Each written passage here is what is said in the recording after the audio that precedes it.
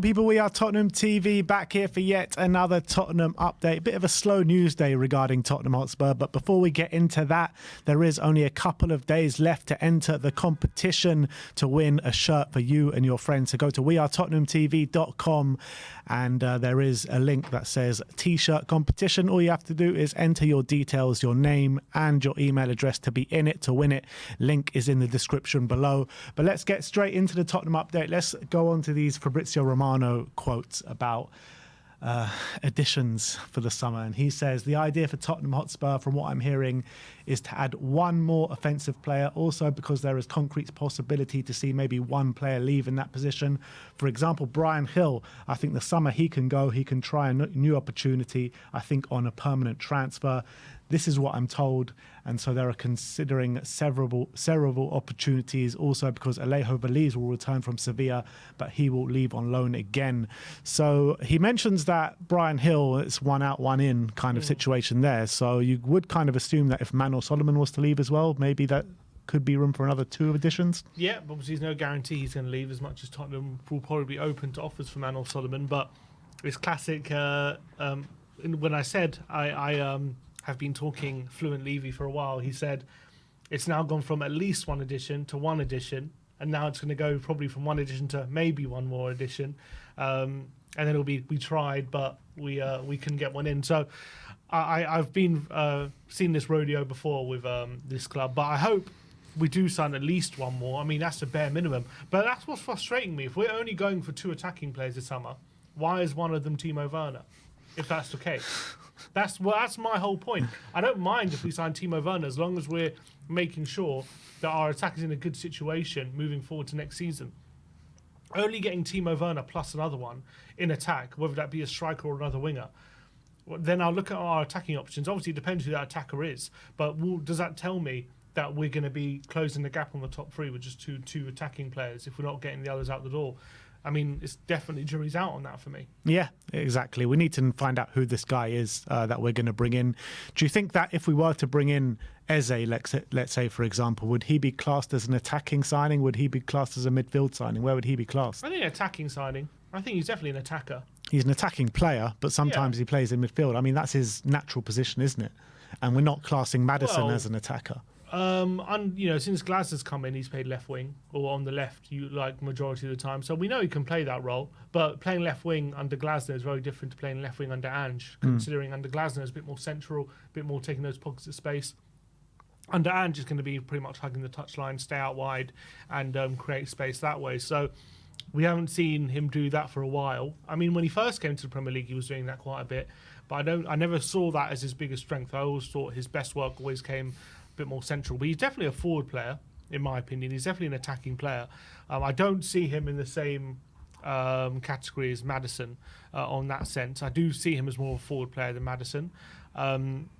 Would he be enough, just Eze and Werner, to improve our attack? If Eze was to come in, it's our front three. Our best front three would be what? Eze, Son, and Johnson. Brennan. Yeah. I mean, it's not bad, but it's also, when you're looking at the top three, is that enough? I don't know. You'd need another addition on the right-hand side. That's why I'm saying, like, with Eze, I'd have to believe at that point that Eze, it's got to be Eze plus one. It can't just be Eze, because Eze does cover two positions, so you want a specialist that can cover the front line as well, particularly on the right-hand side. So, look, we'll have to wait and see what happens, but it doesn't come for good reading, does it? You know, Spurs only want one more attacker. Considering the only one is Werner, that's the problem. If we were sitting here and we hadn't signed anyone and Spurs saying we want two attackers, then that's okay. Yeah. That'd be all right. But we've already got Werner in, and I know we seem to be bashing one more Werner attacker will be Marcus Edwards. I know people think we maybe go overboard on bashing Werner, and I don't want to come across as someone who hates Werner, because I don't hate Werner. I think he's a good player, but the whole point I'm trying to make is Werner isn't the type of player who's going to close the gap on the top three. That is the whole point. And if Werner has now come in for an extra year, that's okay, as long as he's coming in as kind of a backup player. And we are seriously looking at improving that front three. Now, we were told before the window we're going to be looking at two wingers potentially and a striker. Now we're told one of those wingers is Werner.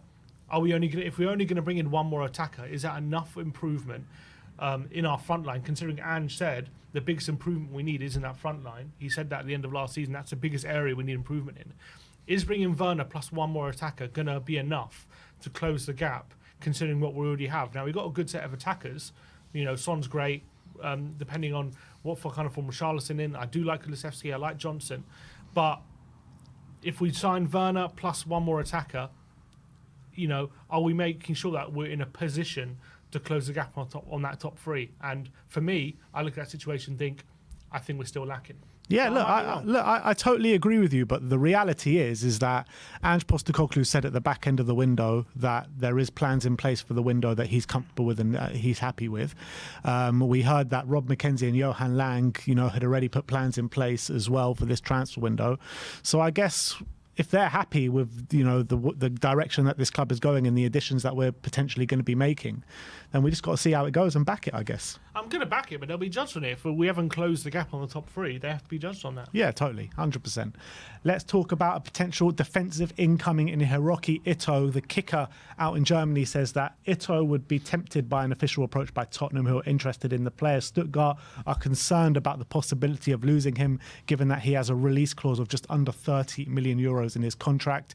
We have spoken about him a bit over the past week. I think he'll be a really good addition. There are maybe other targets I'd prefer ahead of him, like a Calafiori, like a Murillo potentially, but I think Ito does provide good cover on both options in the left centre-back and the left-back area. Yeah, and I think that's key, having a versatile player who can cover two positions so that it keeps everyone on their toes, and it means he should get the required game time to keep him happy as well. A very good player on the ball, as I've said, has got good pace off it.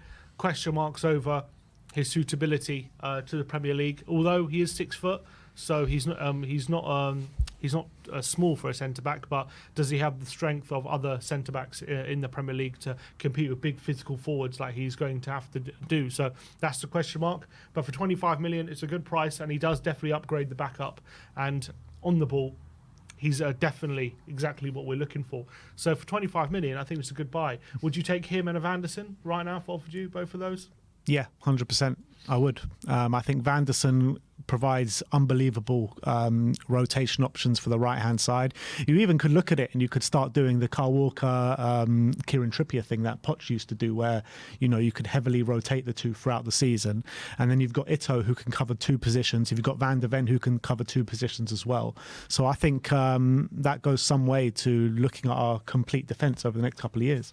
Well, what will that mean for our homegrown status? So if we sign those two, that means Kyle Walker Peters ain't coming. That probably means Skip is staying, I would assume. We have to, unless we sell him Troy and sign. Parrott. No, because we only have 3. We have Austin Whiteman. It's 2. Austin Whiteman. What is it? Only Austin Whiteman, Skip and Parrott. So we need 4. So maybe all 4 of them are going to stay. Maybe unless they're signing Edwards. But if we're only signing one more attacker, it can't be Edwards. Or they are promoting a player from the academy, and we go with 24 players that are over 21. I don't know. No, we're not going to promote anyone. It doesn't make a difference because we could just leave them in the under 21. Yeah, but what I'm saying is promote them in terms of they're going to be used, but we'll just go with 24 players. Yeah, 23. 23, yeah. I don't know. We'll have to wait and see, but it is a very precarious situation in terms of the club trained players, and it feels like Spurs are like the only club that suffer with these kind of issues, which is really frustrating. Let's talk about this Manor Solomon situation. Matt Law says that Tottenham have been accused of taking advantage of the Ukraine war with their conduct in signing Manor Solomon by Shakhtar Donetsk executive Sergei Palkin. Shakhtar Donetsk are considering taking legal action against Spurs regarding the transfer of Manor Solomon. We've heard this back and forth, haven't we, ever since Manor Solomon joined Spurs. We had that friendly against Shakhtar, which Levy was conveniently not at when they were potentially going to have some talks regarding the situation. But I don't know, does Shakhtar even have a leg to stand on, because UEFA clearly made the ruling? Yeah, and Tottenham took advantage of it. And yes, they did take advantage of it, because that was the ruling they made for players playing in Ukraine, that they could leave essentially on a free. They're allowed to leave themselves because of the situation they were in.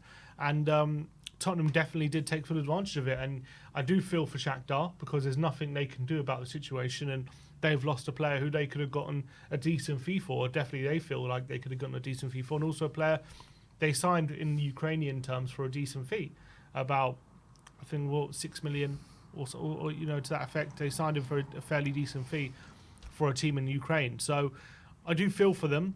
Part of me also feels like you're still going on about this. It's been a year now, and they're still banging on about how Tottenham have taken advantage of it.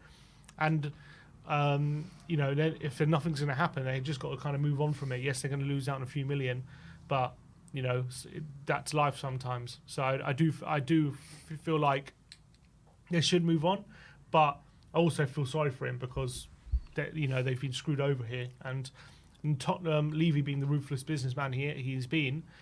He's completely taken advantage of it, but I also feel like we've done them dirty for a player who we're not really using. Yeah. So well, also, we're not using because he's been injured the whole season. I know, but we also kind of want to sell him. Yeah, I think if he was fit throughout the season, he would have seen a decent amount of minutes. I mean, for the first 5 games of the season when he was fit, we used him quite a lot. So who's to say if he was fit for the rest of the season that he wouldn't seen a lot of minutes throughout the season? So I just think like it's an unlucky situation that he was injured for the whole season. But we did sign a player with a horrible injury record. That's the reality. No, but my point is when I say we're not using him, like we're looking to sell him. I think that's at the moment looks like he's up for sale. Looks like we don't really want him. So essentially we've just taken them off Shakhtar, and now we're going to sell him and just make the money ourselves. Which is classic Levy. That's Daniel Levy for you. And look, it's not exactly of the biggest moral standpoint in terms of taking advantage of a club that their country is in war, and UEFA made the ruling though, and it's classic Daniel Levy to take advantage of, isn't it? Yeah, look, he's not going to be the only one who's probably taken advantage of it. So I'm not saying this is specific to Daniel Levy, but it's no surprise that he's seen that and he's licked his lips and said, "I'll take him," and he's gone for it. But we'll see what happens with Solomon next season. What's your money on? Do you think he will be here next season? I think it's going to be hard to find a club to actually take him with the injury record that he's had. Out for since October, he's been out for. It looks like I've seen on social media he's been putting up videos and stuff, and he just got engaged, by the way. So congratulations to Manor. But if they can get him fit, he could be a good option for us next season. For like a third option on the left-hand side, if we're not going to make too many attacking additions, maybe it's best to keep him. But I can't see many clubs really stumping up any amount of cash for him. I think it could be like a loan deal if we're that desperate to get rid of him. Yeah, that's what I'm thinking. I reckon there's a good chance he goes on loan. I don't think because I think we'll probably want, 10 million, 15 million, considering we got one for free. And there was even talks after that Fulham summer, when he was, obviously the rule hadn't come in yet, I don't think, but there was even talks about him being worth 20 million, but obviously he's been injured the whole season. So I do think Tottenham would rather loan him, hoping that he gets some game time, shows what he can do, and then probably sell him for a bigger fee than they would have gotten this summer. I think that's probably what they're thinking. Have to wait and see how that one progresses once again. But let's talk about 3 academy stars, starting off with Jamie Donnelly. Alistair Gold says that Donnelly has caught the eye with his performances for the under-21s this season and could get a loan move next season to aid his development. Obviously, he's 19 now, so by the end of the season next year, he'll be 20 years of age. And we were talking to David, weren't we? He was saying that he thinks he's good enough to come straight into the first team next season, but I can definitely see the value of him going out on loan, getting consistent game time in men's football, which he hasn't done as of yet. A star in the under-21s, absolutely. He did look physically a beast alongside those kind of players. But I would like to see him, play consistent football in the Championship, at that kind of level, and I think it will do him the world of good. Yeah, part of me wants to keep him just because we got Europa League games and maybe he could get some minutes in those tournaments. But I also feel like if a higher end Championship team comes, I really think he needs to go to a club where their philosophy is very much attacking, get possession-based football, get on the ball, and that way. Because I don't want to see him go to a team where they're sitting 10 men behind the ball and he's doing a lot of defending and he can't show off what he can do. He needs to go to a good team where they're looking to dominate and win games and play attacking football. Leeds would be great, but whether he's even good enough to get in the Leeds team right now is a question mark. But he needs to go to a good team where they really believe in him and they're going to start him, most games, and that would be most beneficial to him. But I'm really excited if he does get a Championship loan deal, how he does, because a lot of hype around him. He looks unbelievable for the under-21s, and I'm really, really excited about his future. Yeah, absolutely. And last but not least, Ali Gold's talking about Mikey Moore and Tyrese Hall, and he says Ange Postecoglou has taken a real liking to the two, in particular, Mikey Moore and Tyrese Hall in particular, amongst those in the academy who performed well last season. And it's like we could keep saying, like, Tyrese Hall got the upgrade from the under-18s to the under-21s. He's been part of first-team training and a few match-day squads as well. As Mikey Moore, he's actually got on the pitch for the first team in the last 2 games of the season. It's going to be really interesting to see where Ange Postecoglou actually, his plans are for them two. Yeah, obviously I don't think our transfer business is going to be with a view of them actually being options in terms of being relied upon in the first team. In terms of, I don't think Hall's going to be our backup 6. I don't think Moore is going to be our backup left wing. But at their age, if they can get minutes in the Europa League, they'll really help aid their development. And I think at this moment, obviously, Moore is still so young. I don't know if it's worth putting him on loan in the Championship to get regular minutes, or it's worth keeping him around Tottenham, training with the first team, getting that experience, and then maybe if he impresses in some cameos or some games in Europa League, he can get a loan deal. I think maybe that'll be the best way for him. In terms of Tyrese Hall, I was obviously very impressed with that performance in the post-season friendly, but and he's obviously done brilliantly for the under-21s, and he just looks like a player who.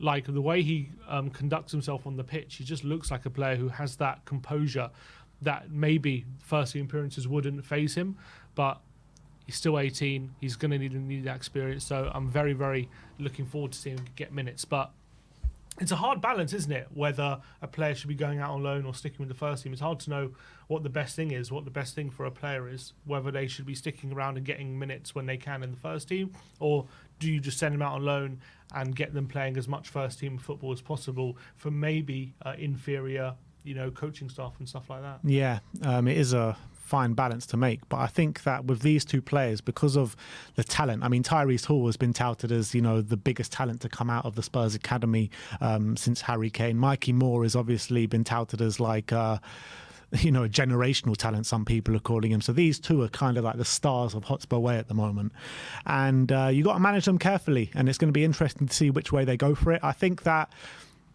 they go on tour with Spurs. You have a look at them in the pre-season and see how they manage themselves when, because Spurs have got quite an interesting pre-season. We play some Championship teams, we play Hearts, and then we go out on the tour, Vissel Kobe, Bayern Munich, K-League All-Stars, and then we end off with Bayern Munich. So just similar, maybe it's a bit similar to Dele Alli. I don't think we planned for him to be in the first team as quick as we did, but we saw him in that Real Madrid game and the way he conducted himself against like the Modrics and the Cruzes. And maybe if Moore and Hall can do a similar thing against those Bayern Munich games, in those 2 Bayern Munich games, maybe it is worth keeping them around.